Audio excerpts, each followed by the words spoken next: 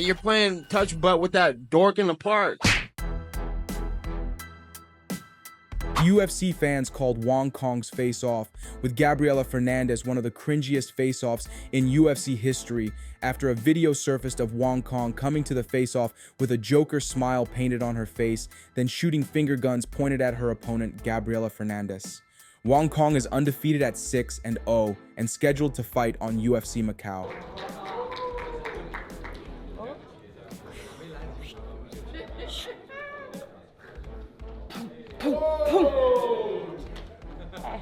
Let's make a show. Yeah. 我等了你好久啊！你要是降不下来，可以跟我说，没有问题，一样打你。Kill me, kill you. Good luck tomorrow, ladies.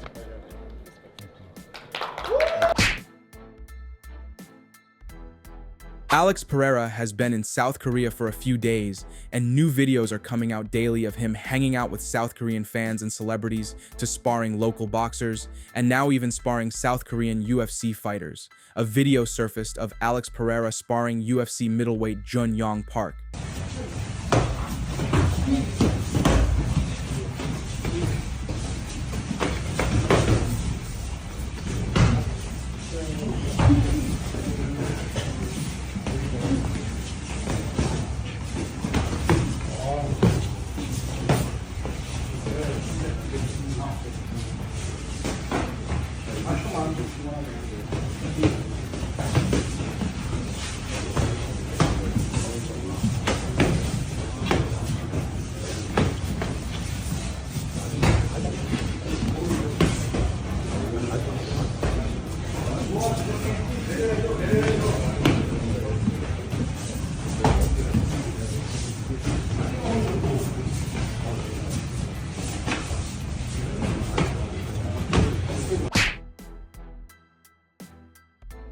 Tom Aspinall posted a video on his YouTube channel where he answers questions from his fans. One fan asked, "My question, champ, when do you see your next fight happening? We all know from that smile it has to be Jon Jones. Please reply. Thanks a lot." To which Tom Aspinall replied, We're in negotiations right now, is the honest answer.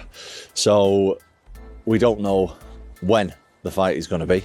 But I'll be ready to go whenever. I'm back in the gym now. I'm back in the gym training, as always, and I'll be ready to fight when they let me know. Until then, I'll be improving. I'll be getting better. So no great rush on that. Obviously, I want to fight as soon as possible, but right now, we're just waiting for a date. That's it. Former middleweight champion Israel Adesanya was a guest on the Flagrant podcast, where he was asked about his plans on retirement, to which Izzy replied, "I've said this already. With what I've already done in this game, a lot of people don't even get to the belt or get to the UFC. I've done it twice. Still the only two-time UFC middleweight champion. If what I've already done won't make me happy, what will? I'm happy, but I'm not content. I still have a few things I want to try, a few moves I want to do. You've got to break up with fighting before fighting breaks up with you. When will I? I don't know. I said at 20-something, when I'm 34, I'm done with this game. I'm 35 now, but I know I'm over the halfway point, and I'm definitely a few years away, maybe 3 years away. But who knows? I know I don't want to be fighting at 40. Earlier this month, Dominick Cruz revealed his plans to fight one last time in the UFC. Cruz's last fight was back in August 2022, where he suffered a knockout loss to Marlon Vera. Since then, Cruz has been mentioning Henry Cejudo as the opponent he wants for his last fight. Henry Cejudo finally responded on his Pound for Pound podcast alongside Kamaru Usman, finally responded to Dominick Cruz's callouts. The former two-division UFC champion seemingly approved the fight. While Cejudo doesn't overly care for Cruz, he wouldn't mind handing him another loss. Dominic snooze. The only thing I remember about Dominic Cruz when I put that freaking knee on top of his freaking dome. That's the only thing that I remember him. And then he woke up. He was talking about, I need some alcohols and cigarettes. And starts blaming the referee when he had 13 unanswered shots. I actually like that fight. If the UFC wants to make it, let's make it happen. But as I told you before, as I told Bumtista and everybody else, I don't want to get in a fight with Hunter no more. I'm allowing Hunter to really pick the fight. If he wants to give Dominick Cruz that fight, then let's do it.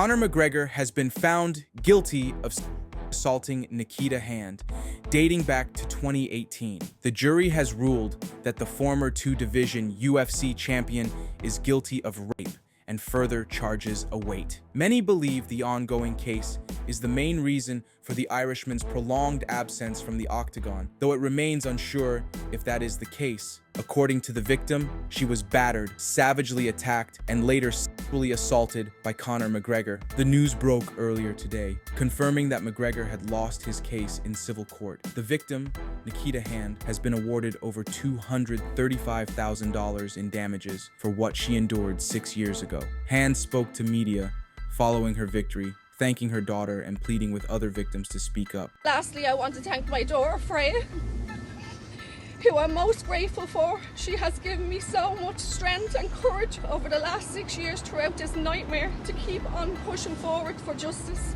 I want to show Freya and every other girl and boy that you can stand up for yourself if something happens to you, no matter who the person is, and justice will be served.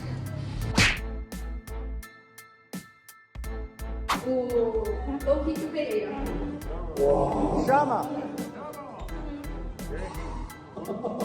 Chama no chão! Chama!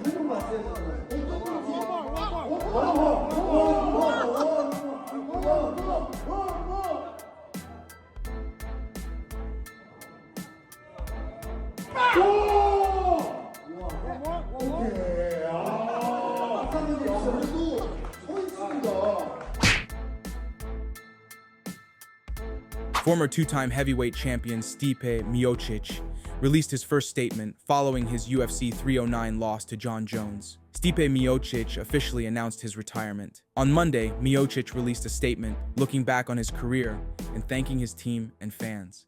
The former champion posted this on Instagram. "Let me start this post by saying I am good. Been through a lot worse. I hope everybody enjoyed the show on Saturday.